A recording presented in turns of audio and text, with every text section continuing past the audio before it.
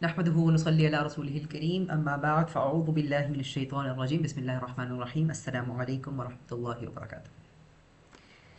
फ़िक्र सियासा का third session हम डिस्कस कर रहे थे दीन का कॉन्सेप्ट, दीन का ओवरऑल एक कॉम्प्रिहेंसिव तसव्वुर क्या है दीन का, जामे तसव्वुर क्या है दीन का। उसमें फिर 6 एस्पेक्ट्स, इज्तिमाई ज़िंदगी, इनफ़रादी ज़िंदगी, फिर कौन सी तहरीकें उठीं जिन्होंने दीन के इस कॉन्सेप्ट को रिवाइव करने की कोशिश की। उसमें हमने दो मेन वो देखी, एक अबुल कलाम आज़ाद की हिज़्बुल्लाह, और फिर हमने देखी मौलाना मौदूदी साहब की जमात इस्लामी। दोनों के अपने कुछ फ्लॉज एज़ पर डॉक्टर इसरार अहमद, जो डॉक्टर साहब कहते हैं कि इन्होंने ये गलतियाँ की जिसकी वजह से ये बहुत कामयाब ना हो सकी। तो वो हम डिस्कस कर रहे थे, जिसमें अबुल कलाम आज़ाद की तहरीक क्या कहते हैं हिज़्बुल्लाह की हमने बात की थी कि उन्होंने इस्लाम और ईमान को इक्वेट कर दिया। मौलाना अबुल कलाम आज़ाद ने ये एक्सपेक्ट किया कि वो जब ये तस्वर सामने रखेंगे तो उलमा जो हैं वो उनका साथ देंगे, और उलमा ने साथ नहीं दिया। दूसरी तरफ मौदूदी साहब इलेक्शन की तरफ चले गए, जमात इस्लामी इलेक्शन की तरफ चली गई, और डॉक्टर साहब का पर्सपेक्टिव, डॉक्टर इसरार का पर्सपेक्टिव ये है कि इलेक्शन से इनकलाब नहीं आ सकता। If you want a change of political thought, if you want to change a system, वो इलेक्शन से नहीं हो सकता। सिस्टम चलाने के लिए इलेक्शन होता है कि भाई एक सिस्टम एग्जिस्ट करता है, अब उसकी मैनेजमेंट में कौन होगा। गवर्नमेंट क्या होती है असल में, एक सिस्टम तो एज इट इज़ रहता है ना, स्टेट का सिस्टम को चेंज नहीं करती गवर्नमेंट। गवर्नमेंट आके उस सिस्टम को चलाती है, उसकी रनिंग में इन्वॉल्व होती है कि अच्छा एज इट इज़ स्ट्रक्चर तो वो रहेगा कि जुडिशरी अपनी जगह है, एग्जीक्यूटिव अपनी जगह है, लेजिस्लेटिव अपनी जगह है, उसकी सिर्फ रनिंग और फंक्शनिंग किस तरह होगी और उसकी जो माइनर डिटेल्स हैं उसके लिए गवर्नमेंट्स आती हैं थ्रू इलेक्शन, राइट। तो इलेक्शन इंतखाबात ये एक सिस्टम को चलाने के लिए होते हैं, एक सिस्टम चेंज करने के लिए नहीं होते हैं। ये डॉक्टर साहब का पर्सपेक्टिव। अच्छा, तो और डॉक्टर साहब ये कहते हैं कि अगर इनकलाब के थ्रू इंतखाबात के थ्रू, इलेक्शंस के थ्रू इनकलाब आ सकता, चेंज रेवोल्यूशन आ सकता, निज़ाम को बदला जा सकता, तो सबसे पहले रसूलुल्लाह जाते हैं कि अगर भाई देखो इलेक्शंस के थ्रू कुछ चीज़ चेंज करने का क्या मतलब है कि आप 51% मेजॉरिटी को आप ये बात मनवा दो कि भाई ये दीन का निज़ाम जो है ये इस डेमोक्रेसी और सेक्युलरिज्म और इस कैपिटलिज्म से बेहतर है, राइट। तो अगर ये पॉसिबल होता सिर्फ वाजो नसीहत और बात और दावत से, तो ये काम रसूलुल्लाह कर चुके होते। रसूलुल्लाह से ज़्यादा, रसूलुल्लाह से बेहतर दाइए दीन, रसूलुल्लाह से बेहतर मुबल्लिग, रसूलुल्लाह से बेहतर मुदर्रिस, रसूलुल्लाह से बेहतर मुरब्बी, रसूलुल्लाह से बेहतर मुज़क्की कोई नहीं हो सकता, न था न है न होगा, राइट। तो अगर रसूलुल्लाह को एट सम पॉइंट आके तलवार उठानी पड़ी और क़िताल करना पड़ा, तो इसका मतलब ये है कि these are unavoidable steps towards the establishment of दीन। इनके बगैर काम नहीं हो सकता। दिस इज़ नॉट टू से कि हर वक्त हर जगह हर सर्कमस्टांस में the first thing you need to do is जंग। इसका हरगिज़ ये मतलब नहीं है। एक्चुअली अगर ये पर्सपेक्टिव आप लेते हो तो you will be wrong 99% of the time. लेकिन इन एवरी इनकलाबी अमल, in every revolutionary process, at some point आपको some version of conflict face करना पड़ेगा, सम वर्जन ऑफ तसादुम, जंग, कॉन्फ्लिक्ट, दो ताकतों का टकराव आपको फेस करना पड़ेगा, राइट। तो this is sort of just logically speaking एक अजीब सी बात है कि भाई आप चाहते हो इस्लामी इनकलाब आ जाए, वो इंतखाबात से नहीं आ सकता, ठीक। इसका अगर आपको इसकी दलील चाहिए, इमाम इमाम मालिक ने लिखा था गालिबन कि इस उम्मत का, इमाम मालिक ने लिखा था, हाँ इमाम मालिक ने लिखा था कि इस उम्मत के आखिरी हिस्से की इस्लाह बिल्कुल नहीं हो सकती सिवाय उस तरह जिस तरह इसके पहले हिस्से की इस्लाह हुई थी। राइट। तो हम अगर आखिरी हिस्सा है उम्मत का, आखिरी हिस्सा का मतलब द लेटर पार्ट ना, हमारी इस्लाह, हमारी करेक्शन, दीन का वो तसव्वुर दोबारा आना, वो नहीं हो सकता सिवाय उसी तरीके के जिस तरह पहली दफ़ा आया था। तो यानी कि तरीका रसूलुल्लाह का फॉलो करना पड़ेगा। अब सवाल उठता है कि रसूलुल्लाह का तरीका था क्या। राइट। आज थोड़ा सा मेरा प्लान ये है कि उसको डिस्कस करेंगे कि रसूलुल्लाह अगर इनकलाब लाए, पूरा सिस्टम बदला ना, तो कैसे बदला, उसमें क्या, what did he do, what were the specifics of his revolution, और उसमें से क्या चीज़ें हमें लेने की ज़रूरत है। अच्छा, बुनियादी बात तो ये कि रसूलुल्लाह ने जब काम शुरू किया तो शुरुआत हमेशा दावत से होती है। ठीक। शुरुआत में आपने रसूलुल्लाह का जो तरीका है इनकलाब, अगर आप कहें इसको, तो सूरतुल जुमा की बिल्कुल शुरू में आता है कि अल्लाह ताला कहते हैं कि हमने उम्मियों में से एक नबी भेजा, यतलु अलैहिम आयातिही, जो अल्लाह ताला की आयात उनको तिलावत करके सुनाता है, वयुज़क्कीहिम, और वयुज़क्कीहिम, और उनका तज़किया करता है, उनको साफ़ करता है, उनको प्योरीफाई करता है, वयुअल्लिमुहुमुल किताब, और उनको किताब का इल्म देता है, वल हिकमा, और हिकमत सिखाता है। यानी उनको किताब सिखाता है और हिकमत सिखाता है। क्या मतलब बनता है इस बात का? शुरुआत कहाँ से, अच्छा मैं इसकी तशरीह में नहीं जाता, इस आयत की शुरुआत कहाँ से हुई?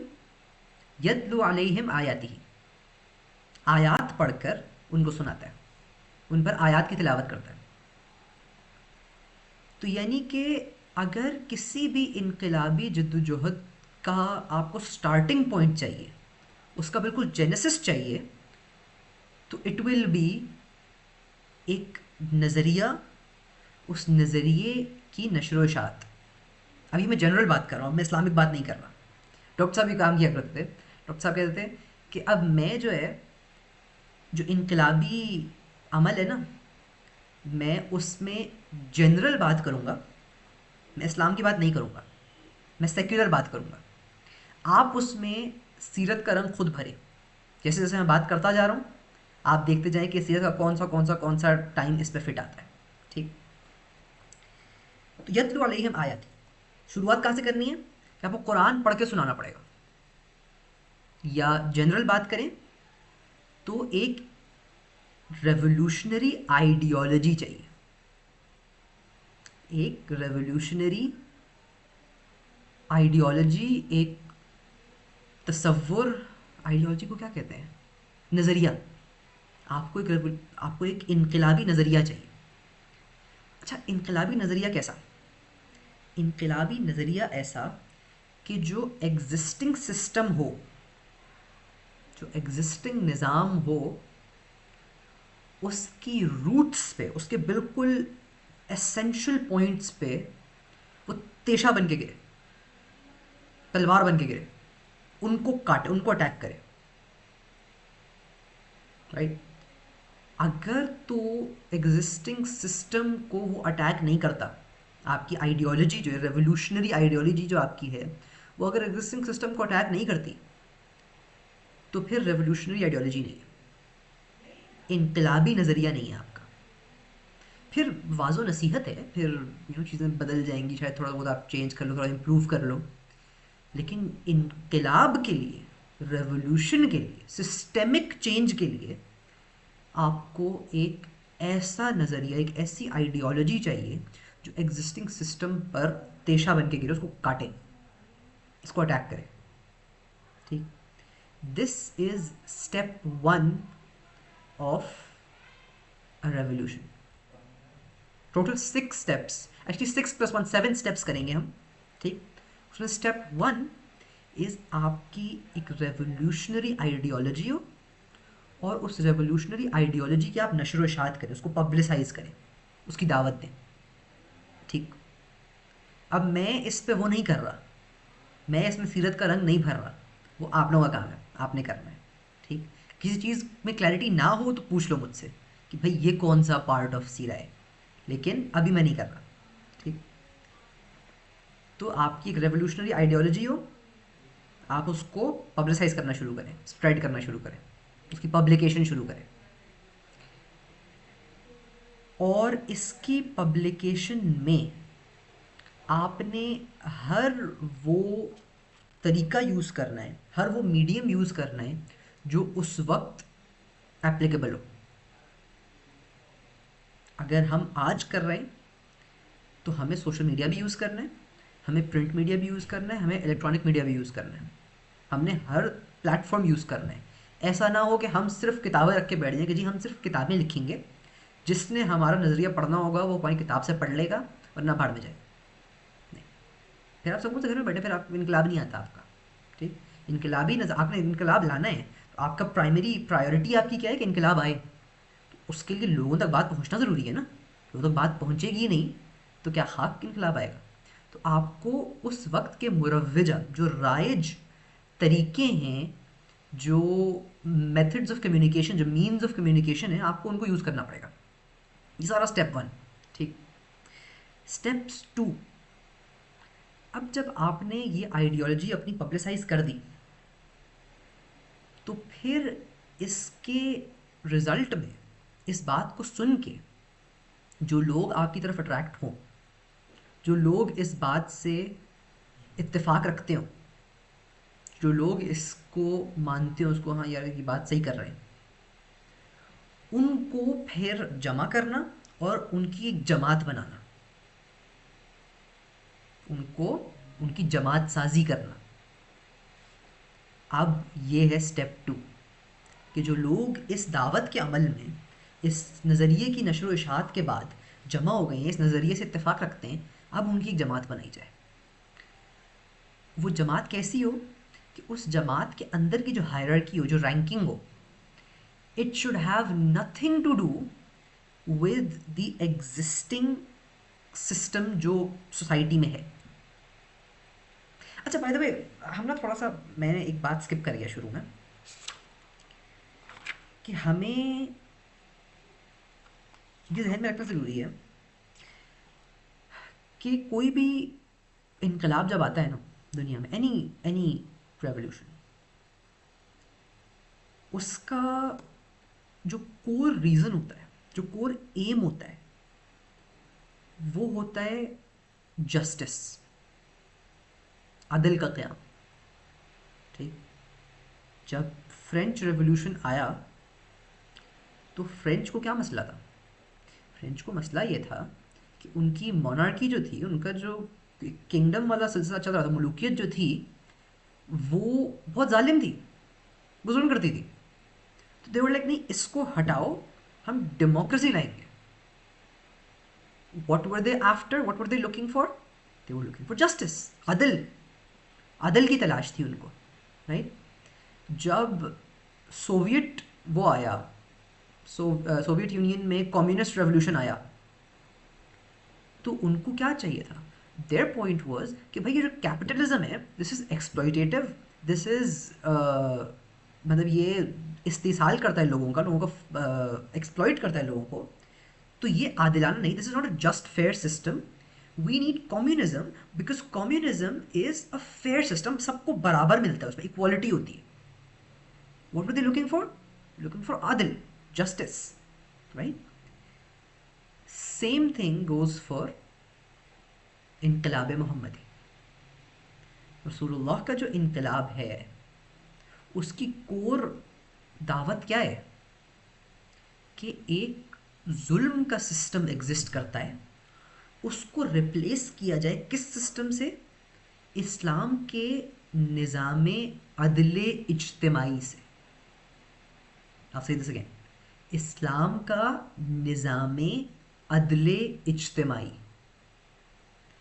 Collective justice, social societal justice, communal justice का इस्लाम का जो निज़ाम है ना, उससे रिप्लेस किया जाए जुल्म के निज़ाम को।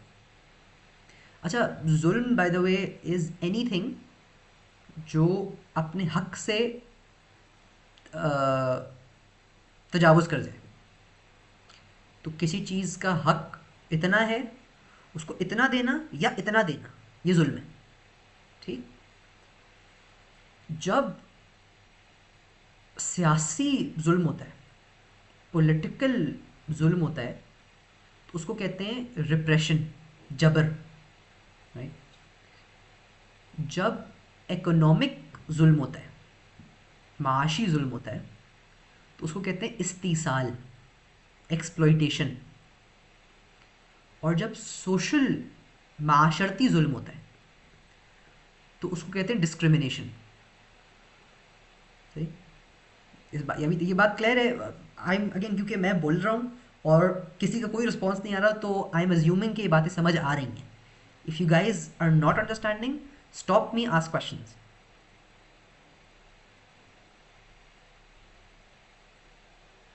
आई विल कंटिन्यू। ठीक है। तो एट एवरी पॉइंट ये जिले, जो जुल्म के अंदर आपने अभी कैटेगरीज अभी 1 मिनट पहले बयान की, अगर आप उसको रिपीट कर दें काइंडली। फिर देखो, हमने दीन का जो इज्तिमाई पहलू था, जो कलेक्टिव पहलू था, कलेक्टिव एस्पेक्ट्स थे, वो हमने 3 बताए थे ना। सियासत, पॉलिटिक्स, माईशत, इकोनॉमिक्स, माशरत, सोशल सिस्टम। राइट। तो जब पॉलिटिक्स में पॉलिटिकल जुल्म होता है, सियासी जुल्म होता है, तो उसको कहते हैं जबर, रिप्रेशन, ऑपरेशन। राइट। किसी को पॉलिटिकली रिप्रेस किया जा रहा है, तो यानी कि उसकी सुनी नहीं जा रही, उसकी पॉलिटिकल ओपिनियंस को साइड पे किया जा रहा है कि नहीं, इसकी नहीं सुनेंगे। ये हो गया पॉलिटिकल ऑपरेशन, पॉलिटिकल रिप्रेशन, जबर। जब माशी तौर पे इकोनॉमिक जुल्म हो रहा है किसी पे, तो उसको कहते हैं एक्सप्लॉइटेशन। वर्कर काम कर रहा है, उसको उसका इक्विवेलेंट वो नहीं मिल रही, पे नहीं मिल रही।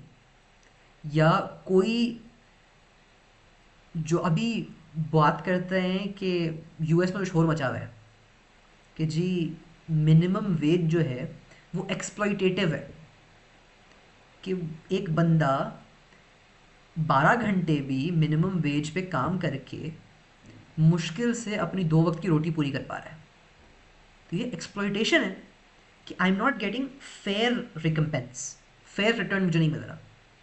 इसको कहेंगे एक्सप्लॉइटेशन, उर्दू में कहेंगे इस्तीसाल। और जो सोशल लेवल पे, माशरती लेवल पे जुल्म होगा, उसको कहेंगे डिस्क्रिमिनेशन। कि किसी को ऊंचा या नीचा सिर्फ इसलिए बना दिया है कि वो काला है या वो गोरा है, या वो ब्राह्मण है या वो शूद्र है, या वो ख्वाजा है या वो मलिक है, या वो व्हाटएवर। ठीक। तो ये है डिस्क्रिमिनेशन, सिंपल। राइट। ये 3 हमने जो 3 एस्पेक्ट्स पढ़े इज्तिमाई लाइफ है, कलेक्टिव लाइफ के, उसमें 3 तरह के जुल्म। इस्लाम का निज़ाम जो है, दैट इज़ निज़ाम अदल इज्तिमाई, जिस निज़ाम में इज्तिमाई तौर पे कंप्लीट जस्टिस हो, अदल हो। बाय द वे, ये तीनों जो सिस्टम्स होते हैं ना, इनको हम चलो पढ़ अलग अलग रहे हैं, political system, economic system, social system, लेकिन दीज आर इंटरलिंक्ड। इनको अगर आप पॉलिटिकल साइंस या कुछ पढ़ो, तो इनको एक साथ पढ़ा, इनको सोशो पोलिटिको इकोनॉमिक सिस्टम कहलाता है, क्योंकि they are almost entirely interlinked. जब सोसाइटी में डिस्क्रिमिनेशन होती है, तो वो डिस्क्रिमिनेशन ऑटोमेटिकली रिफ्लेक्ट होगी पॉलिटिक्स में भी और इकोनॉमिक्स में भी। जब सोसाइटल लेवल पे ब्लैक वाइट की डिस्क्रिमिनेशन वाज कॉमन यूएस में, तो ब्लैक्स को पॉलिटिकल रिप्रेजेंटेशन नहीं थी, ब्लैक्स कुडंट वोट। और सिमिलरली उनकी इकोनॉमिक हालात भी बहुत बुरे थे, क्योंकि उनको इकोनॉमिकली भी वो चीज़ें, उनको लाइक सब ह्यूमन कंसिडर किया जाता है। जब आपको सोशली नीचा समझा जाता है, तो आपको ऑब्वियसली पे भी कम किया जाएगा, आपके इकोनॉमिक हालात भी ख़राब होंगे। Right. These systems are interlinked. ऐसा नहीं हो सकता कि एक में कुछ इम्बैलेंस हो और बाकी दोनों सही चल रहे हो। This is sort of doesn't happen, ठीक है, इम्प्रैक्टिकल सी बात है। इस्लाम का निज़ाम अदल इज्तिमाई वो निज़ाम, और आई मेक अ क्लेम, ये वो वाहिद निज़ाम है जो एक्चुअली आदिलाना हो सकता है, जो एक्चुअली जस्ट हो सकता है। इसके अलावा कोई निज़ाम, this is a big claim, दुनिया में कोई निज़ाम इसके अलावा आदिलाना नहीं हो सकता, जस्ट नहीं हो सकता। क्यों? Why is that? क्यों कोई इंसान बैठ के, एक पीस बोर्ड बैठ के, क्यों नहीं ये डिसाइड कर सकता कि भाई ये निज़ाम जो है ना ये एक्चुअली आइडियल है दुनिया के लिए, इसको फॉलो करते हैं। ये हम आप और मैं बैठ के डिसाइड करेंगे कि भाई ना आपके साथ कोई जुल्म हो ना मेरे साथ कोई जुल्म हो, हम कलेक्टिवली बैठ के डिसाइड कर लेंगे। क्या मसला है इसमें? What's the issue?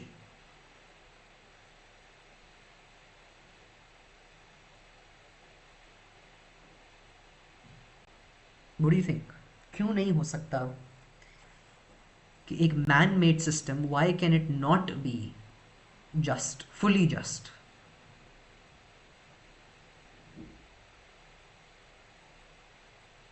Come on, किसी का कोई तो ख्याल होगा। Anything. You don't have to be right, you just have to be active.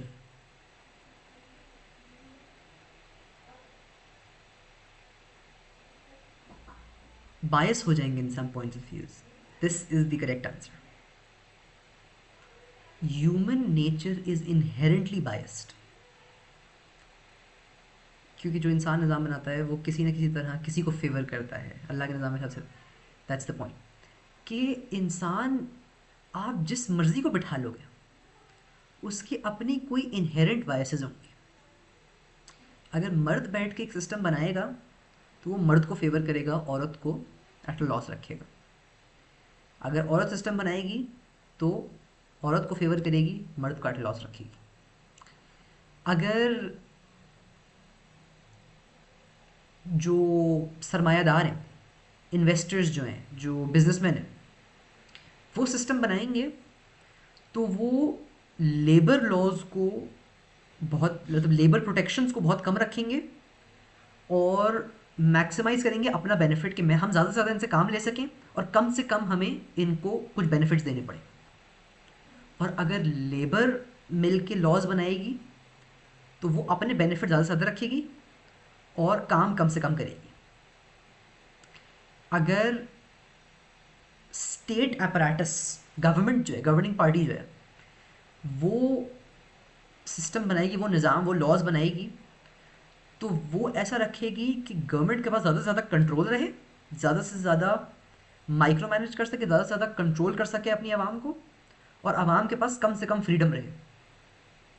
और अगर आवाम बनाएगी तो आवाम कहेगी कि हमारे पास सबसे ज़्यादा फ्रीडम हो, कोई हमसे कुछ ना पूछ सके, कोई हमसे कुछ ना कर सके, गवर्नमेंट हम पे कोई बात ना कर सके, हमें कुछ पकड़ ना सके, मादर पिदर आज़ाद हों हम, और गवर्नमेंट अपना काम करती रहे, हमारे लिए फैसिलिटीज़ बनाती रहे। तीन ये एग्जाम्पल्स डॉक्टर साहब दिया करते थे कि ये तीन ऐसे सिनेरियोज हैं जिसमें इंसान अदल कर ही नहीं सकता। इंसान के लिए इसमें जस्ट होना इम्पॉसिबल है, क्योंकि इंसान will always be biased on one side और द अदर। तो इसलिए जो यहाँ पे आपको ज़रूरत है एक हायर पावर की, यहाँ पे अल्लाह का निज़ाम वो वाहिद निज़ाम है जो आदिलाना हो सकता है। क्यों?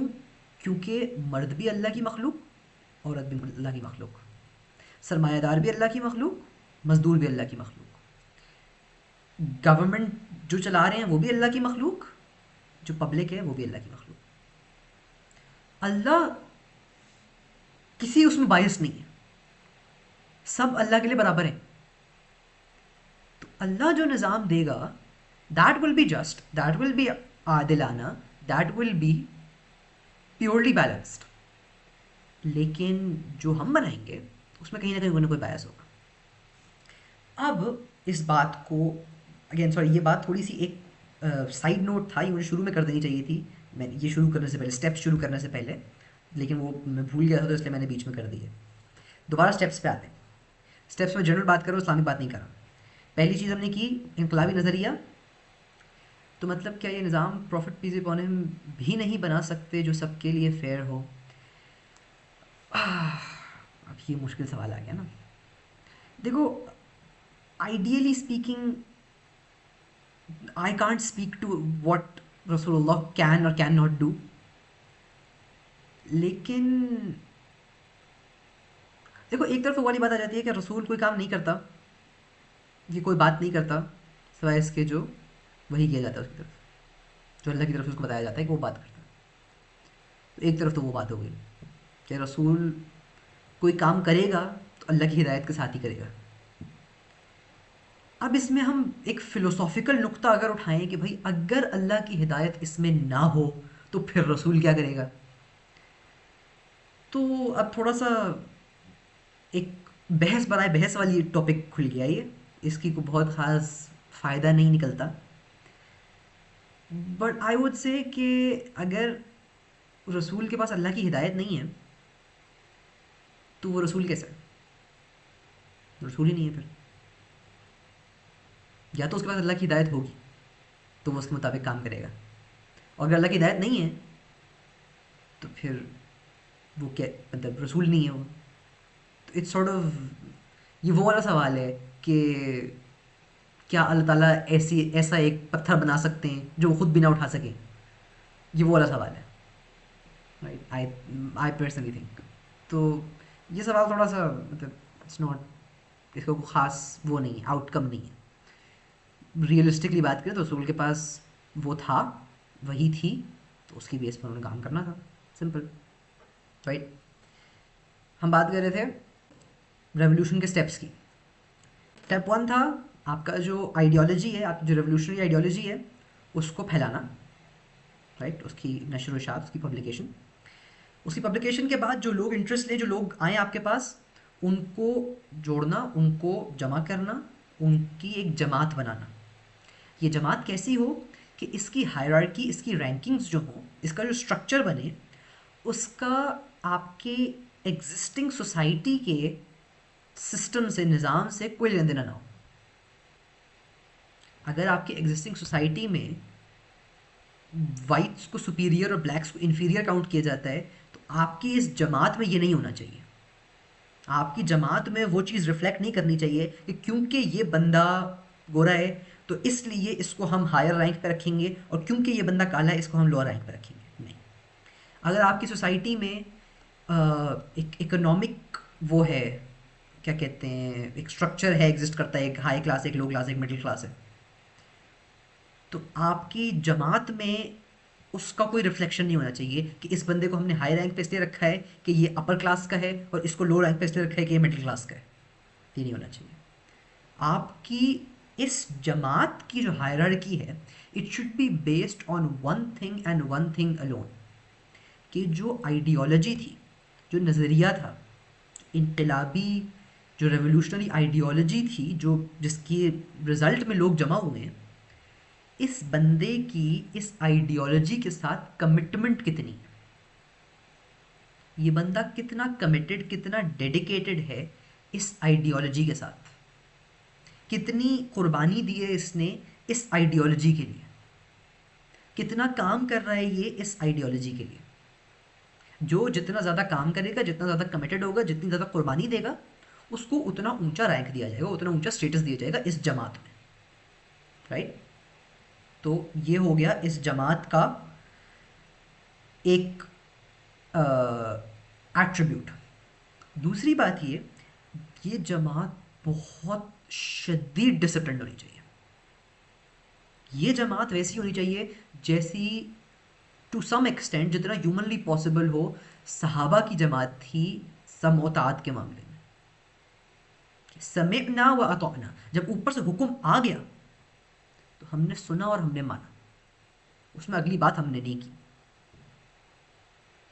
जो अमीर का हुक्म आ गया उसको मिनवन एज इट इज़ हमने तस्लीम किया, और हमने मान लिया, उस पर अमल शुरू कर दिया। उसमें कोई चूं चना नहीं है कि भाई ये ऐसा क्यों और ये वैसा क्यों और हमें इसकी हिकमत समझ नहीं आ रही, हमें समझाएं कि आप ऐसा क्यों कर रहे हैं। नो, जैसा है वैसा मान लिया उसको। तो ये दो बातें जमात के बारे में। This is step two. क्या क्या है स्टेप वन और स्टेप टू क्या है? Someone quickly recap.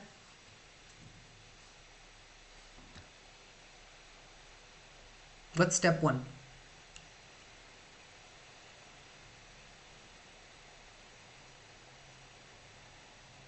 क्या है? जल्दी जल्दी, हमारे पास टाइम नहीं है। टू वर्ड आंसर जल्दी से।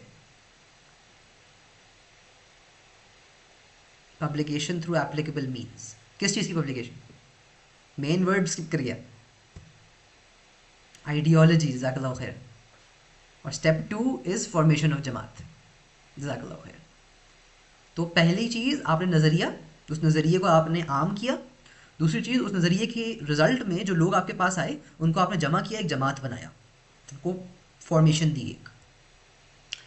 स्टेप थ्री, अब ये जो जमात बन गई है, अब इसकी तरबियत करना है आपने। This should be a very well trained जमात। वो एक शेर है ना कि तू खाक में मिल और आग में जल, जब खिश्त बने तब काम चले, इन खाम दिलों के उनसर पर बुनियाद न रख, तामीर न कर। कि इसको डॉक्टर साहब एक्सप्लेन किया करते थे। एक शीशे की दीवार है, अच्छा मोटा शीशा है, आपने उसको तोड़ना है। आप मिट्टी लेते हैं, उसकी एक बॉल सी बनाते हैं अपने हाथ में और उसको उस पर दे मारते हैं। क्या होगा? शीशा टूटेगा? नहीं टूटेगा। क्या होगा? उस बॉल का क्या होगा?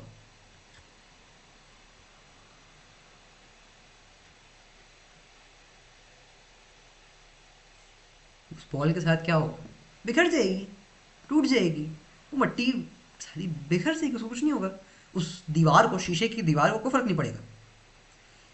इसी मिट्टी को आप जमा करें, आप उसको आग में पकाएं, उसकी ईंट बनाएं और फिर वो ईंट फेंक के मारे उस पर। अब टूटेगा? अब टूटेगा।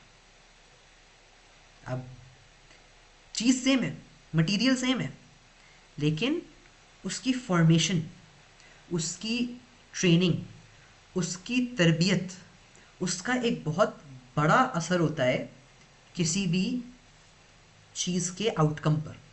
राइट?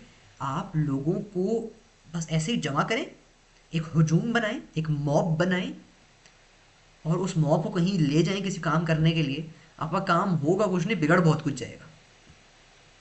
हमारे यहाँ जब प्रोटेस्ट होते हैं तो आपने एक अच्छा बड़ा ग्रुप जमा तो कर लिया, अब थोड़ी देर तक तो आपसे वो काबू होता है, उसके बाद आपके काबू से बाहर निकल जाता है वो। क्यों? क्योंकि देर अनट्रेन्ड पीपल, उनका कोई स्ट्रक्चर, उनकी कोई हायरार्की, उनमें कोई डिसिप्लिन नहीं है। वो जब तक उनको आपकी बात अच्छी लगी उन्होंने आपकी सुनी। जब हमारा क्या होता है, आपने लोगों को बहुत मोटिवेट करके बाहर निकाल दिया प्रोटेस्ट पे। अच्छा, अब सीनियर्स जो हैं, जो क्या कहते हैं, उमरा हैं किसी भी मूवमेंट के, अब वो ऊपर डिस्कशंस कर रहे हैं, निगोशिएशंस कर रहे हैं। उनकी आपस में बात हो गई, उनके आपस में फैसला हो गया कोई। उन्होंने नीचे लोगों को बोला कि अच्छा वापस चले जाओ, इसमें कोई हमने पीस को डिस्टर्ब नहीं करना, हमने को खून खराबा नहीं करना, वापस चले जाओ, वापस मुड़ जाओ। आवाम को नहीं समझ आई। आवाम बोलेंगे नहीं, हम तो इतना मोटिवेट होके आए हैं, हम तो इतनी चढ़ी हुई है हमें, हम तो अब तबाही बचाएंगे। तो गाड़ियों को आगे लगती हैं, शीशे तोड़े जाते हैं, दुकानें तोड़ी जाती हैं, लोगों की इज्जतें पामाल होती हैं। होता है? नहीं होता? Right? This is when you have untrained people.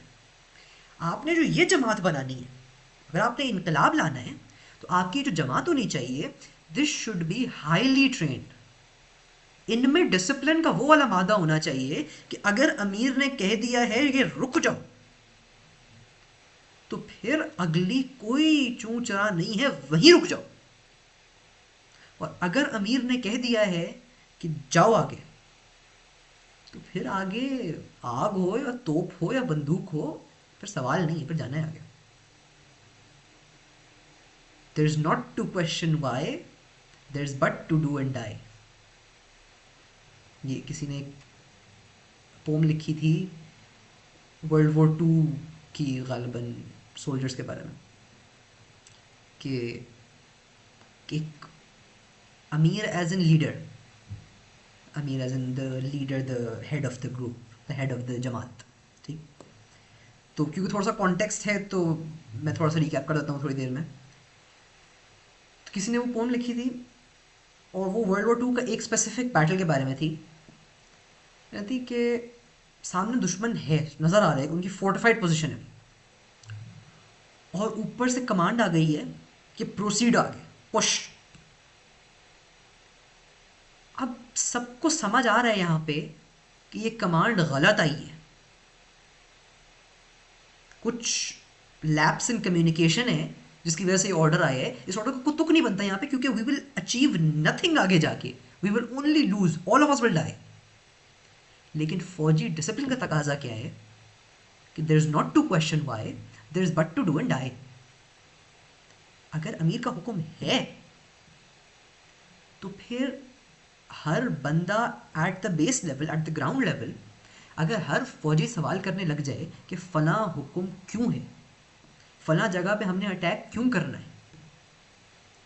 एक आपने कितनी मूवीज़ देखी होंगी ना जिसमें वो न्यूक्लियर मिसाइल जब लॉन्च होता है तो क्या होता है, बैठा हुआ प्रेसिडेंट ऊपर अपने उस ब्रीफ केस बटन दबाता है, वो जाता है मिलिट्री कमांड सेंटर में, वहाँ से उसके न्यूक्लियर कोड्स कंफर्म होते हैं. वो जब कंफर्म होते हैं तो एक पूरी किल चेन चलती है.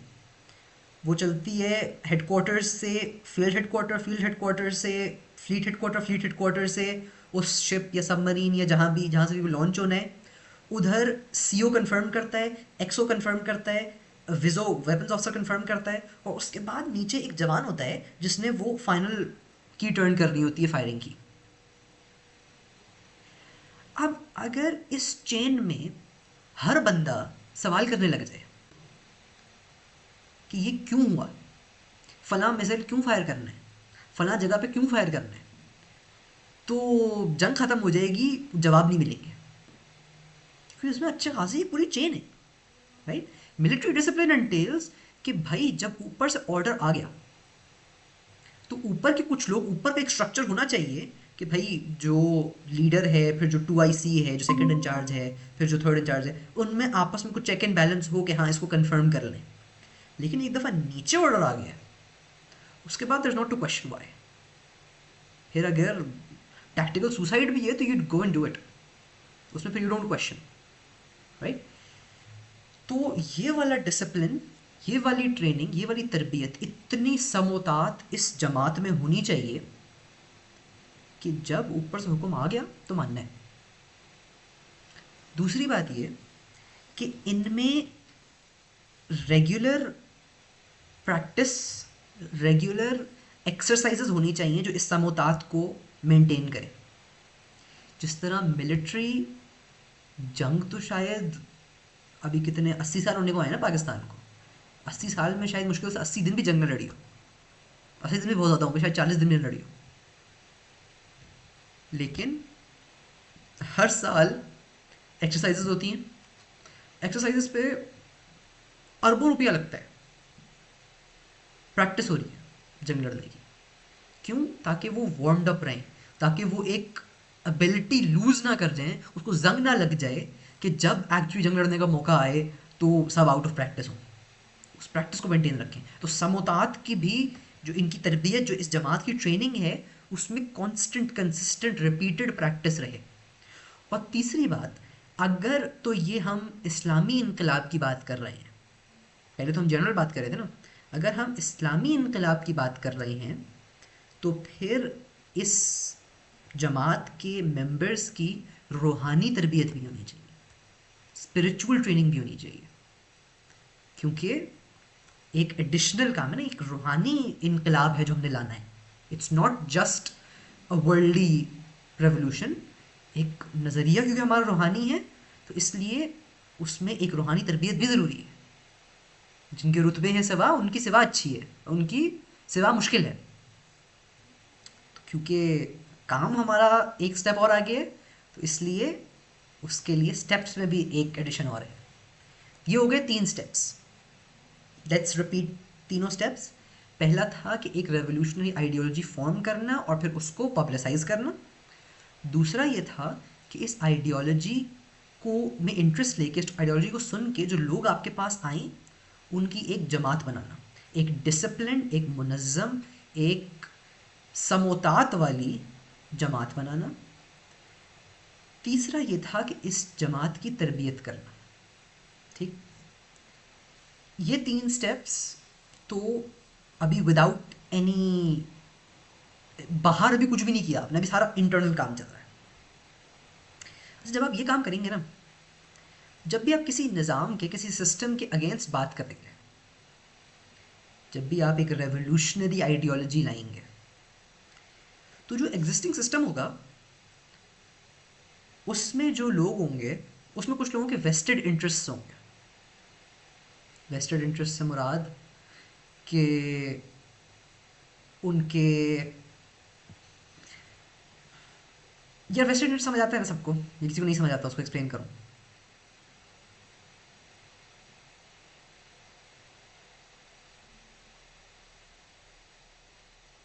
वेस्टेड इंटरेस्ट एज एन, एक सिस्टम एग्जिस्ट करता है, उसमें किसी ना किसी को उस सिस्टम से फ़ायदा है। ठीक, लेट्स से जो पॉलिटिकल एलीट है आपकी, हमारे करंट सिस्टम से उनको ये फ़ायदा है कि उनको बहुत आराम से हटाया नहीं जा सकता, उनकी एक रिट कायम है, वो पब्लिक के अगेंस्ट जो मर्जी करते रहें, वो उस अपनी पॉलिटिकल स्ट्रेंथ पर रहेंगे। हमारी इकोनॉमिक एलीट के वेस्टेड इंटरेस्ट ये हैं कि करंट सिस्टम जो है वो उनको मज़ीद वेल्थ पूल करना में हेल्प करता है और गरीब को एक्सप्लॉइट करने में हेल्प करता है, और उनको अगर ये सिस्टम चला गया तो उनकी वेल्थ डिक्रीज़ होगी, उनकी पावर डिक्रीज़ होगी।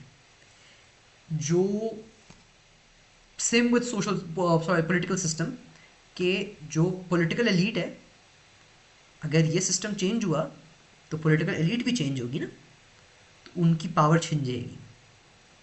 तो इन लोगों के वेस्टेड इंटरेस्ट हैं सिस्टम, कि ये सिस्टम होता होगा गलत, लेकिन इनको इससे फ़ायदा है। No concern with the fact कि किसकी कॉस्ट पे, इसकी कॉस्ट कौन पे कर रहा है, कि आपको फ़ायदा तो नुकसान किसको है, इससे उनको कोई गर्ज नहीं है, लेकिन उनको फ़ायदा है। राइट, तो उनके वेस्टेड इंटरेस्ट हैं सिस्टम में।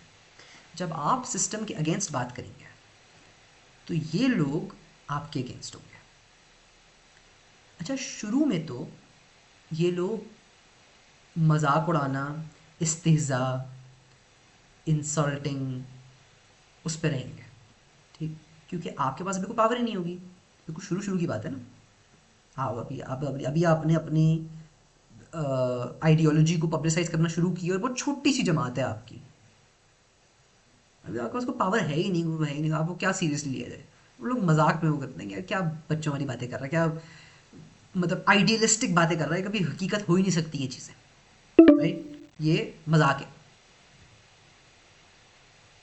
आपको पागल कहेंगे, जादूगर कहेंगे, आपको कहेंगे कि ये जी इम्पॉसिबिलिटीज़ पे, यूटोपिया में रहता है, ये फैंटेसी वर्ल्ड में रहता है। ठीक, अच्छा, होता क्या है नॉर्मली, जब एक इस तरह की रेवोल्यूशनरी आइडियोलॉजी आती है ना, तो उसको सबसे ज़्यादा सपोर्ट करने वाले लोग सोसाइटी के पिसे हुए तबकात होते हैं, सोसाइटी के मजलूम तबकात, सोसाइटी के जो लोअर एशलॉन्स होते हैं ना, वो लोग होते हैं। नेमली गुलाम या lower class, working labour class, या फिर नौजवान, यंग पीपल। क्यों? क्योंकि गुलामों को तो मतलब सीधा सा बात है ना कि इनके वेस्टेड इंटरेस्ट नहीं होते, इनको सिस्टम से फ़ायदा कोई नहीं होता, तो सिस्टम इनको एक्सप्लॉइट खूब करता है। नौजवानों के भी वेस्टेड इंटरेस्ट उस तरह से नहीं होते,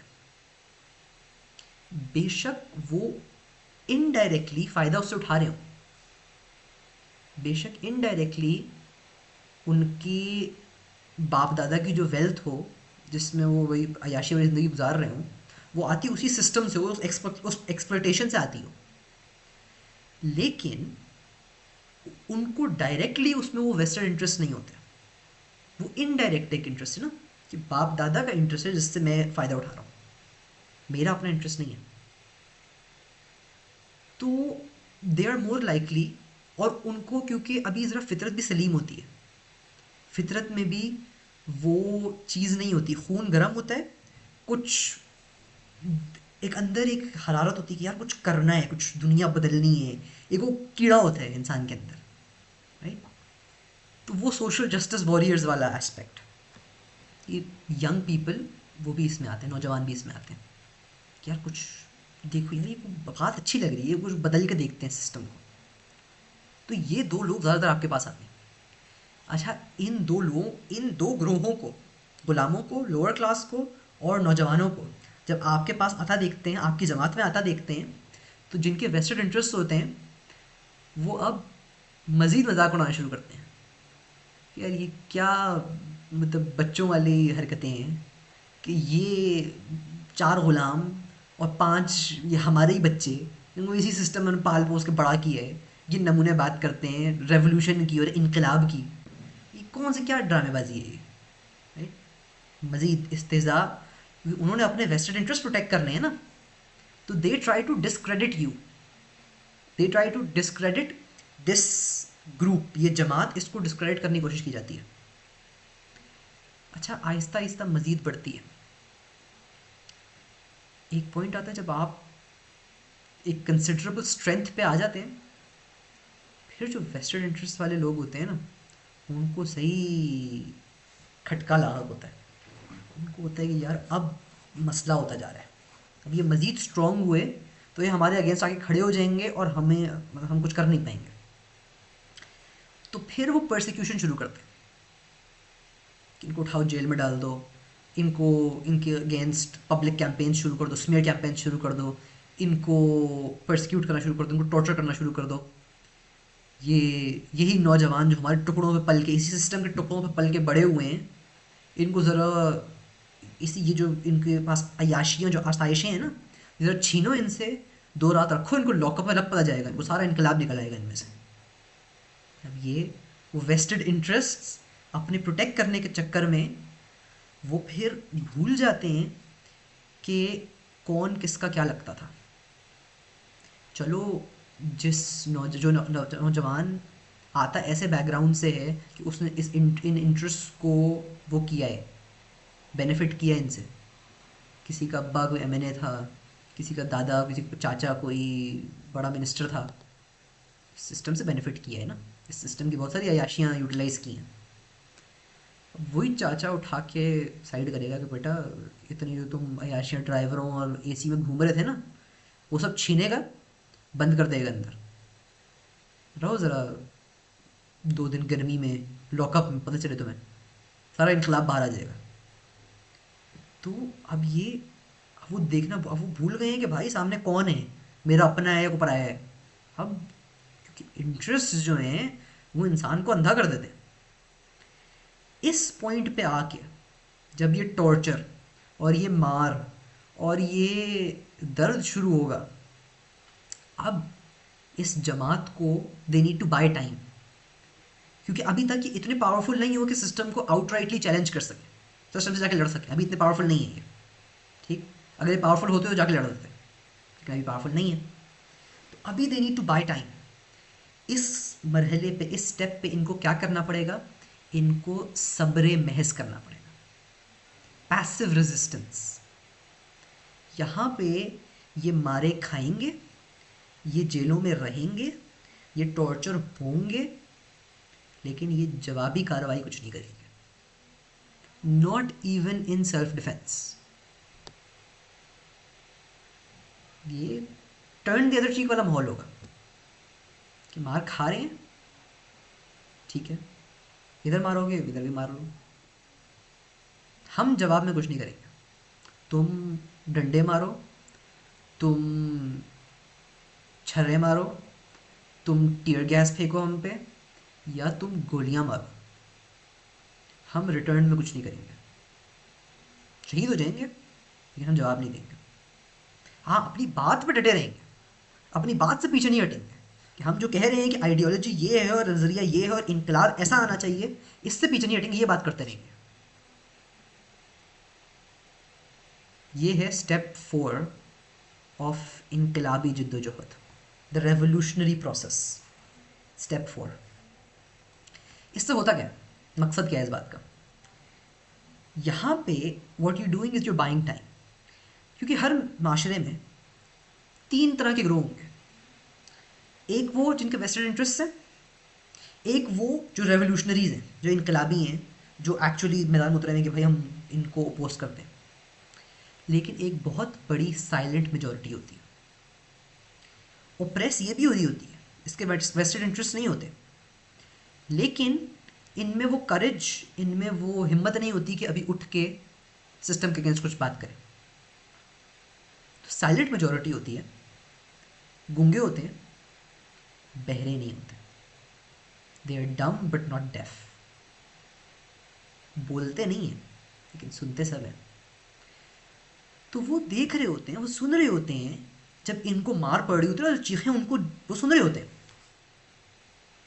जब इनको टॉर्चर किया जा रहा होता है तो वो देख रहे होते हैं। वो सवाल करते हैं, यार इनको क्यों, ये क्यों मारा क्यों जा रहा है इनको? पता चलता है कि यार इन्होंने किया तो कुछ भी नहीं है, इन्होंने तो बस ये बात की है कि अदल होना चाहिए, जस्टिस होना चाहिए। गलत तो इन्होंने कुछ नहीं कहा। इस बात पे इनको टॉर्चर किया जा रहा है, इनको मारा जा रहा है, तो मसला है।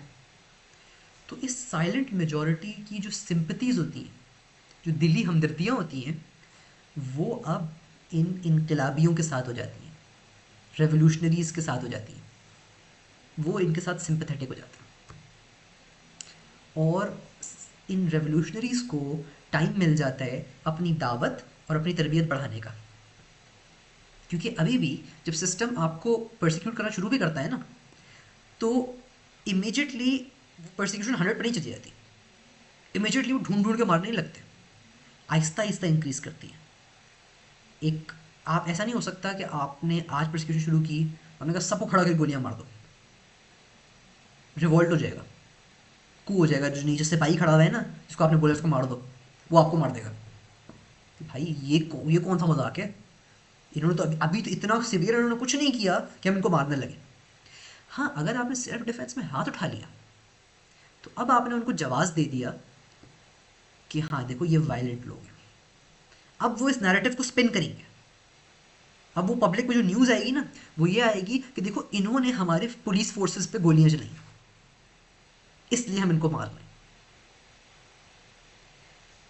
आहिस्ता आहिस्ता, मैंने कहा था ना, आपने दो काम, आपने एक काम करना, मैंने आपको शुरू में कहा था कि आपने इसको आहिस्ता आहिस्ता सीरत पे अप्लाई करना शुरू करना। जितनी मैं बात कर रहा हूँ, मैं जनरल बात कर रहा हूँ, आपने सीरत पे खुद अप्लाई करना है।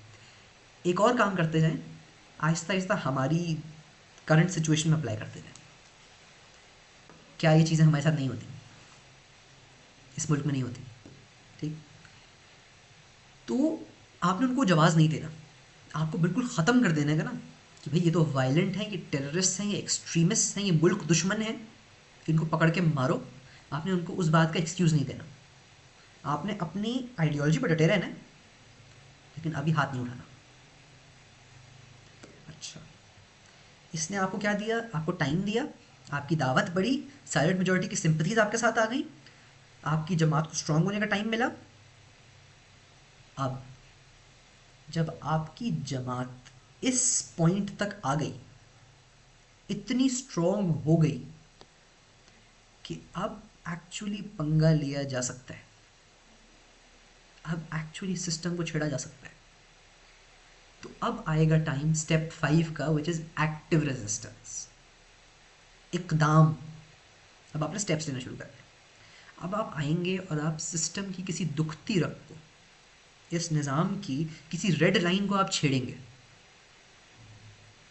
आप स्टेट बैंक का घेराव घेराव कर लेंगे कि बेटा नहीं चलने देंगे, इंटरेस्ट ख़त्म करने वाला नहीं चलने देंगे। आप किसी मूवी थिएटर को घेराव कर लेंगे कि नहीं चलने देंगे। लोगों को निकलना है, निकलने दें। हम लोगों को हाथ नहीं लगाएंगे, हम किसी प्रॉपर्टी को, किसी चीज़ को डैमेज नहीं करेंगे। हम we are not people who are violent, we are not extremists. हमें चीज़ें डैमेज नहीं करनी, एनर्जी नहीं फैलानी, हमने अपने ही भाइयों को और उनकी प्रॉपर्टी को डैमेज नहीं करना, लेकिन बुराई को हाथ से रोकना है। जब आप ये करेंगे, अच्छा बाय द वे, ये कब करने का टाइम आएगा? अब ये इम्तिहान है, this is a test of the intelligence of इस जमात के जो भी सीनियर्स हैं, जो लीडरशिप है, जो उमरा हैं ना, जो अमीर हैं इस जमात के, उनकी जहानत का सबसे बड़ा इम्तिहान ये है कि वो इस टाइम को रिकग्नाइज कर सकें। अगर आपने, by the way, do you guys mind अगर हम एक और मीटिंग शुरू कर लें? I have maybe like 10 to 15 minutes max more, उसके बाद ख़त्म करेंगे। अच्छा, let me end this. Okay, बिस्मिल्लाह, ये वाला हुआ था। तो हम बात कर रहे थे कि अब ये जो स्टेप है, स्टेप 5 जो है, दिस इज क्रिटिकल स्टेप, इसकी टाइमिंग इज़ एब्सोल्युटली क्रिटिकल। क्योंकि अगर आपने ये ज़्यादा जल्दी कर लिया, अभी आपकी जमात तैयार नहीं थी, वो उतने वेल ट्रेंड नहीं थे, उसकी स्ट्रेंथ उतनी नहीं थी, और आपने निज़ाम से टक्कर ले ली, तो जो सिस्टम, जो निज़ाम रिस्पॉन्ड करेगा, उसके नज़रिए, उसके रिस्पॉन्स में आप सब मारे जाएंगे। ठीक। और अगर आपने इन टाइम ये स्टेप नहीं लिया, तो आपके लोग ठंडे पड़ जाएंगे, आपकी आइडियोलॉजी की कोई मायने नहीं रहेगा, और बात ऑटोमेटिकली डिसॉल्व हो जाएगी। जो एक्चुअली एक्टिव लोग हैं आपके, जो एक्चुअली कुछ काम करने वाले हैं, जिनको कोई नीयत है काम करने की, वो कोई और रास्ता ढूंढेंगे, कहीं और चले जाएंगे। तो this is a very time critical step, और ये असल इम्तिहान है अमीर जमात की जहानत का। उसके इंटेलेक्ट का एक्चुअल टेस्ट ये है कि can he choose the right time और नॉट। तो दिस इज अ की स्टेप। अब ये बेसिकली डिसाइसिव फैक्टर है इन अब आगे क्या होगा। जैसे ही आपने ये वाला स्टेप लिया, आप स्टेप 5 पे आए, आपने निज़ाम को छेड़ा, अब वो निज़ाम, अब वो system with its full force, वो आपको ख़त्म करने के लिए मैदान में उतरेगा। और अब स्टेप 6 जो आएगा, वो फिर है ओपन कॉन्फ्लिक्ट, तसादुम, इख्तिलाफ। अब जंग है। ठीक। इसको आप, मैं सीरत पे अप्लाई नहीं कर रहा, वो आप लोगों का काम है। ठीक। लेकिन स्टेप 6 इज़ ओपन कॉन्फ्लिक्ट, अब जंग होगी। अब ये बिल्कुल कह लें, अब यहाँ डिसीजन सामने आएगा। अगर तो आप लोग वेल ट्रेंड थे और आपकी तरबियत सही हुई भी थी, and you were strong enough, और टाइमिंग सब सही था, तो इंशाल्लाह अल्लाह की नुसरत आपके साथ होगी। या जो भी आपके रेवोल्यूशनरी आइडियोलॉजी थी, उसके तहत आप आएंगे मैदान में, सिस्टम को चैलेंज करेंगे, सिस्टम आपसे लड़ेगा, और आप कामयाब हो जाएंगे, आपकी आइडियोलॉजी प्रिवेल करेगी। अगर वो कम्युनिस्ट रेवोल्यूशन था तो कम्युनिज्म आ जाएगा, अगर वो फ्रेंच रेवोल्यूशन था तो डेमोक्रेसी आ गई। सीरत वाली बात मैं नहीं करता। ठीक, इतनी बात समझ आई? अगर इसमें से कोई भी प्री रेक्विजिट मिस हुआ था, तरबियत सही नहीं थी, या लोग इतने नहीं थे, स्ट्रेंथ इतनी नहीं थी, बहुत जल्दी कर लिया, या any of the other problems, तो फिर आप सबके सब मारे जाएंगे, नज़रिया कामयाब नहीं होगा। इस्लामिकली स्पीकिंग, छोटी सी बात इस्लामिकली करूँगा, अगर ये आउटकम भी आता है तो भी कामयाब है, शहीद हो गए ना, सीधे जन्नत में। अपना काम पूरा किया, अपने सारे स्टेप्स किए, जिहाद पूरा किया, एंड मोमेंट तक पहुँचे। अल्लाह ने इस दुनिया में कामयाबी नहीं लिखी थी। उखरा तुहिब्बूना, वो जो क्या कहते हैं, सो तो सॉफ्ट में से हमने बात की थी ना, वो आयत नहीं लिखी थी हमारे लिए इस टाइम पे लेकिन पहली वाली आयत तो थी कि जन्नातिन नईम तो मिलेगी, कि हमने जिहाद किया, क़िताल किया, मैदान तक आए, पूरा सारे मरहलिस्टिक स्टेप्स क्लियर करके आए ना। उसके बाद बेशक ठीक है, फतह नहीं हुई, मारे गए, शहीद हो गए जन्नत में, लेकिन आइडियोलॉजी आपकी, आपका रेवोल्यूशन वो नहीं हुआ, कामयाब नहीं हुआ। These are the 6 steps to any revolution. आपने कोई रेवोल्यूशन लाना है with any ideology, I am not talking about Islam, with any ideology, की 6 स्टेप्स हैं।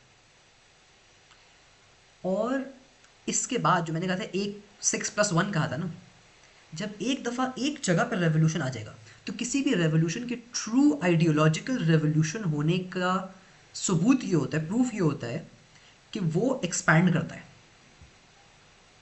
अगर पाकिस्तान में इनकलाब आएगा, एक्चुअल नज़रियाती इनकलाब आएगा, आइडियोलॉजिकल रेवोल्यूशन आएगा, तो लाजिम बात यह है कि वो पाकिस्तान के बॉर्डर्स के अंदर कैद नहीं रहेगा, जियोग्राफिकल बाउंड्रीज के अंदर रिस्ट्रिक्टेड नहीं रहेगा, वो एक्सपैंड करेगा, वो एक्सपोर्ट होगा, उसकी तस्दीर होगी।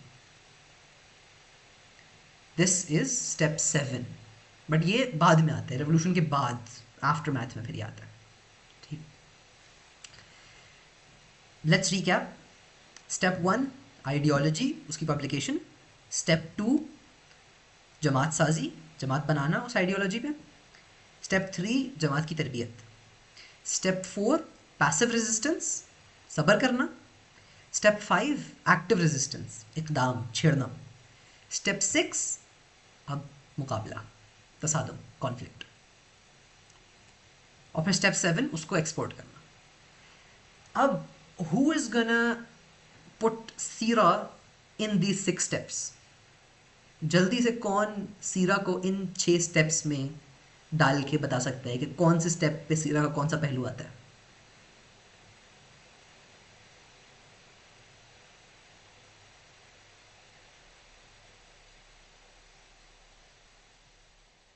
किसको टॉपिक इतना अच्छा समझ आया है?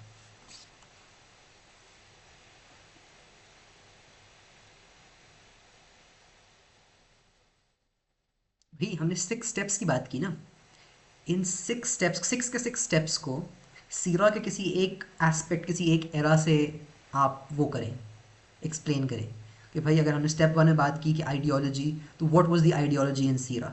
अगर हमने स्टेप 2 में बात की कि जमात साजी, तो जमात साजी कैसे हो रही थी सीरा में। अगर हमने बात की तरबियत की, तो तरबियत कैसे हो रही थी सीरत में। हमने बात की सब्र महज की, पैसिव रेजिस्टेंस की, तो वो सीरत में कब कहाँ कैसे हो रही थी। हमने बात की इकदाम की, तो वो सीरत में कब कहाँ कैसे हुआ। हमने बात की तसादुम की, कॉन्फ्लिक्ट की, तो सब, तो वो सीरत में कब कहाँ कैसे हुआ। नंबर 1 दावत, number 2 gathering of like minded people by रसूलुल्लाह। आगे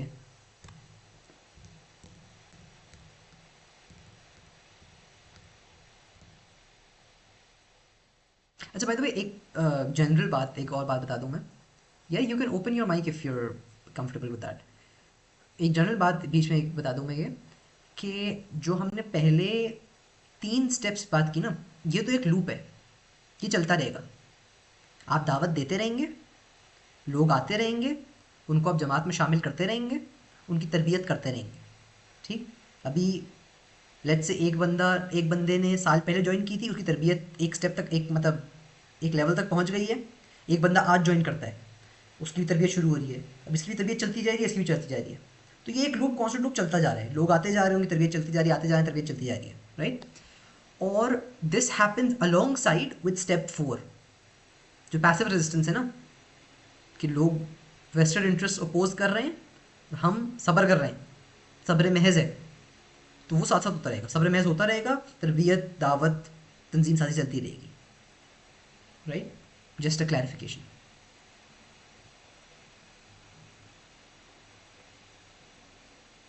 कोई नहीं करना चाह रहा यार, किसी को तो सीरत का आइडिया होगा, कोई तो उसको आइडियोलॉजिकली फिट कर सकता है सीरत में।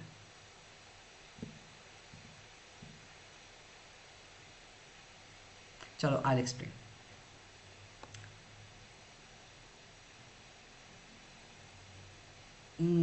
थोड़ा सा ऑफ ट्रैक जा रहे हैं, आई एक्सप्लेन। दावत या जो आइडियोलॉजी थी, पहला स्टेप इज़ आइडियोलॉजी ना, नज़रिया। नज़रिया इस्लाम का क्या है? तौहीद। तौहीद उनके लिए, मुशरिकीन मक्का के लिए एक रेवोल्यूशनरी नज़रिया है, एक रेवोल्यूशनरी आइडियोलॉजी है। उनके एग्जिस्टिंग सिस्टम पर तेशा बन के गिरती है तौहीद, उनके एग्जिस्टिंग सिस्टम को अटैक करती है तौहीद। तो एक रेवोल्यूशनरी आइडियोलॉजी है, उसकी रसूलुल्लाह दावत दे रहे हैं, उसको पब्लिसाइज कर रहे हैं, उसको रसूलुल्लाह हर पॉसिबल मीन से पब्लिसाइज कर रहे हैं। उनका जो उकाज का फेस्टिवल होता है उसमें जाके पब्लिसाइज कर रहे हैं, उनको ओहद पे चढ़ के पब्लिसाइज कर रहे हैं, गली गली जाके पब्लिसाइज कर रहे हैं, लोगों को इंडिविजुअली वो कर रहे हैं, दावत दे रहे हैं, लोगों को घर बुला के खाने की दावत, इस्लाम की दावत दे रहे हैं, हर तरह दावत चल रही है, राइट। अब जो लोग आ रहे हैं इस दावत पे, उनकी तंजीम साजी, उनकी जमात साजी, उनकी एक ऑर्गेनाइजेशन, एक हायरार्की बनाना, और फिर इस जमात की तरबियत चल रही दारुल नदवा में, तरबियत चल रही है मक्का की लाइफ में, तरबियत बहुत सही चल रही है, कुरान सुनाया जा रहा है। जो रसूलुल्लाह का बिल्कुल इनिशियल मकसद क्या बता आता है जो सूरतुल जुमा में, और कुरान में कई जगह आता है कि यतलु अलैहिम आयातिही व युज़क्कीहिम व युअल्लिमुहुमुल किताबा वल हिकमा, कि वो तुम पर अल्लाह की आयत तिलावत करते हैं, तुम्हारा तज़किया करते हैं, तुम्हें प्योरीफाई करते हैं, तुम्हें किताब का इल्म देते हैं, किताब सिखाते हैं, और तुम्हें उसके पीछे की हिकमत सिखाते हैं। ये सारा मक्का का दौर है, ये सारी वो तरबियत चल रही है, वो जमात रेडी हो रही है, उसकी ट्रेनिंग हो रही है उस दौर की। और सब्र महज़ भी मक्का में हो रहा है, पैसिव रेजिस्टेंस जो है वो मक्का में हो रही है। You need two by time ना, उस टाइम पे दावत के लिए टाइम चाहिए। तो क्या कहा हुआ है सहाबा को? कुफ़्फ़ू अयदियकुम, हाथ बांधे रखो अपने, अभी तुम पे जुल्म होगा, तशद्दुद होगा, तुम्हें कोयलों पे लिटाया जाएगा, तुम्हें मक्के की गलियों में घसीटा जाएगा, तुम्हें कत्ल किया जाएगा। रिस्पॉन्ड करने की इजाज़त नहीं है तुम्हें, हाथ बांधे रखो। Not in revenge, not in self defence, not in anything. तुम पे जुल्म हो रहा है, तशद्दुद हो रहा है, बर्दाश्त करो अभी। यू टेलिंग मी कि जब हज़रत बिलाल को मक्के की गलियों में घसीटा जाता था, जब हज़रत खब्बाब बिन अल-अरत को कोयलों पे, तपते कोयलों पे लिटाया जाता था और उनकी चर्बी पिघलती थी, जब आले यासिर को, हज़रत यासिर और हज़रत सुमैया को कत्ल किया गया था, शहीद किया गया था, तो सहाबा का खून नहीं खौला होगा? उनको नहीं तड़प होगी कि जाके अबू जहल की गर्दन कलम कर दें? लेकिन नहीं, क्यों? क्योंकि उस टाइम पे हुक्म क्या था? कुफ्फू अयदियकुम। ताइफ वाला वाक़या भी ऐसे ही हुआ। उस टाइम पे इजाज़त नहीं थी रिस्पॉन्ड करने की। Passive resistance, step 4। मार खा रहे हैं लेकिन जवाब में कुछ नहीं कर रहे, जवाब में रिस्पॉन्ड नहीं कर रहे। अब जब मक्का में आ गए, ओ सॉरी, जब मदीना में आ गए, अब स्ट्रेंथ इतनी है, अब ट्रेनिंग इतनी हो गई है, अब तरबियत इतनी हो गई है कि इनको अगर मैदान में लेके जाया जाएगा तो अब ये लड़ सकते हैं। तो अब मदीना में आके क्या किया? अब निज़ाम छेड़ना शुरू किया।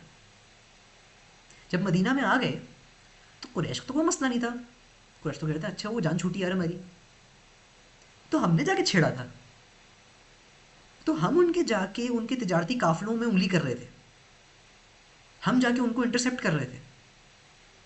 रसूलुल्लाह ने बदर से पहले, बदर हुई 2 हिजरी में, हमें लगता है ना कि बदर मतलब 2 हिजरी में बदर हुई है तो बस एक, हमें क्या पढ़ाया गया? सेल्फ डिफेंस में जंग लड़ी हमने, हम पे कुफार ने अटैक किया था तो हमने सेल्फ डिफेंस में लड़ी, हमें लड़ने को शौक नहीं था।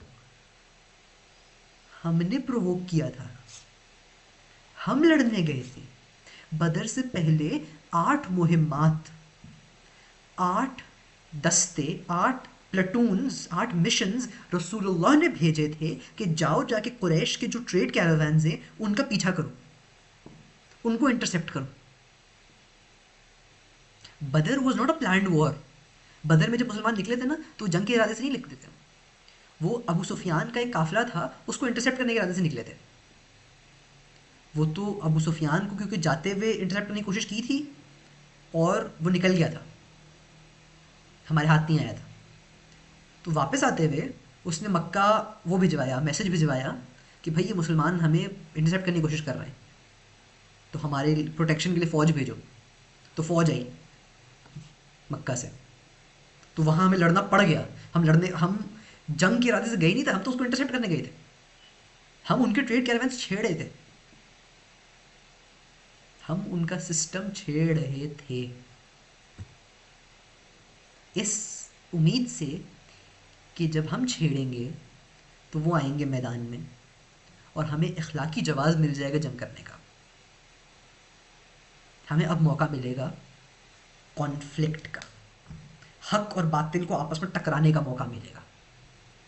हक और बातिल जब टकराएंगे तो फिर कुछ फैसला होगा कि हाँ अब क्या होता है।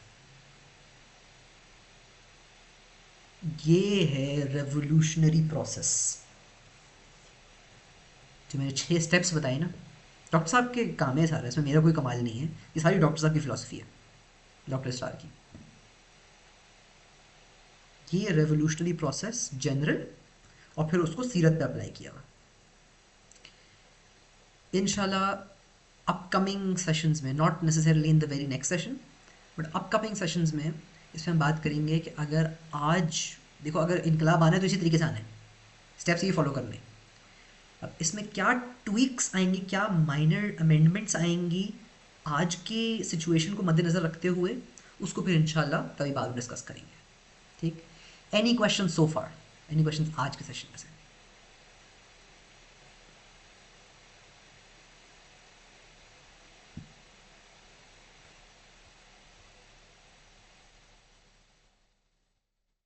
नथिंग, खत्म करें फिर? चलें, इफ इसमें से क्वेश्चन आने चाहिए, ये टॉपिक ऐसा है कि इसमें यू शुड हैव क्वेश्चंस। अगर इसमें क्वेश्चंस नहीं आ रहे तो फिर या तो मैं समझा नहीं पा रहा या आप लोगों को समझ नहीं आ रही। इन पॉइंट्स में मदीना एंड मक्का दोनों आ जाते हैं ना, हाँ ना। स्टेप 5 तो शुरू ही मदीना आने के बाद हुआ। मक्का में रहते हुए तो आप सिस्टम को नहीं छेड़ सकते थे, मदीना आके फिर आपने शुरू किया सिस्टम को छेड़ना। स्टेप 6 जो था, तसादुम जो कॉन्फ्लिक्ट जो है, वो फिर शुरू होता है 2 हिजरी में बदर के साथ। बदर is the first conflict in the series of conflicts. बदर, फिर ओहद, फिर खैबर, फिर आगे पूरी कहानी फ़तह मक्का तक। फ़तह मक्का हो जाता है, उसके बाद फिर तस्दीर शुरू होती है, फिर एक्सपोर्ट शुरू होता है। तो उसको इंशाल्लाह फिर सीरत को डिटेल में देखेंगे जब हम रसूल इनकलाब के तरीका इनकलाब का एक्चुअल उसको देखेंगे ना, जो बुकलेट, जो किताबचा है, उसको मेरा इरादा है कि लेटर, इन सम लेटर सेशंस, हम उस लिटरेचर को गो थ्रू करना शुरू करेंगे कि एक्चुअली उसमें डॉक्टर साहब ने लिखा क्या है। तो मेरी एक समराइज्ड एक्सप्लेनेशन थी ना, एक्चुअली डॉक्टर साहब ने क्या लिखा है, उसको इंशाल्लाह देखेंगे। In case there are no more questions, we'll end here.